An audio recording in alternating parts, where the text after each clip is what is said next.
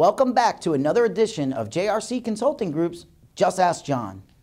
So today's question comes from Patrick in New Jersey.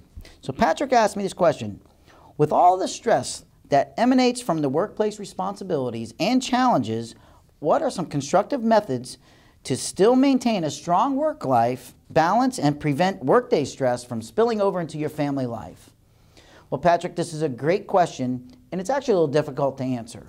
However, I've had some experience with this, so I'm going to tell you some of the things that we've done in the past. The first thing that we need to do is make sure that we set boundaries for ourselves in our work life.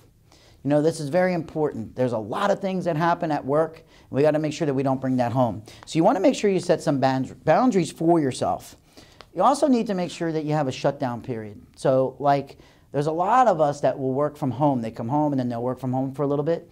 You need to have a shut-off period to where you turn your phone off, you turn your computer off, and it's nothing but family. It's so important that you do that. And I mean turn it off.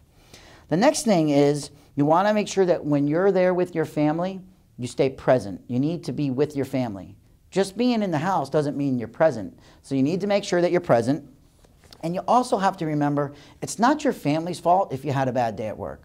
It really isn't. So you have to understand that when you're there, they don't know what happened at work. They have no idea. And quite frankly, they probably don't care. So it's real important that you remember that. They don't know what's going on, and it's not fair to take it out on them. So you have to leave that at the door. So when you walk in the door, you just walk in your house and you leave all that mess outside until you walk back outside and you go back to work. Trust me, it'll be there waiting for you again.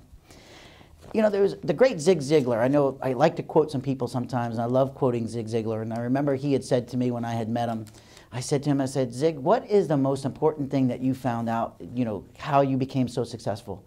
And he said to me, he said, John, it's all about home court advantage. And what he meant by that was he had to have his family life in place. If his family life was, you know, in disarray, so was his work life. So he made sure that his home was taken care of before his work was taken care of. And one of the methods that I like to use, and it's very important to me, and you know I don't get religious and I don't bring politics into our training, but I will tell you from me, and I truly believe this, that you need to put God, family, then work. If you utilize that, your family life will be fine. Thanks again for watching, and we'll see you next month.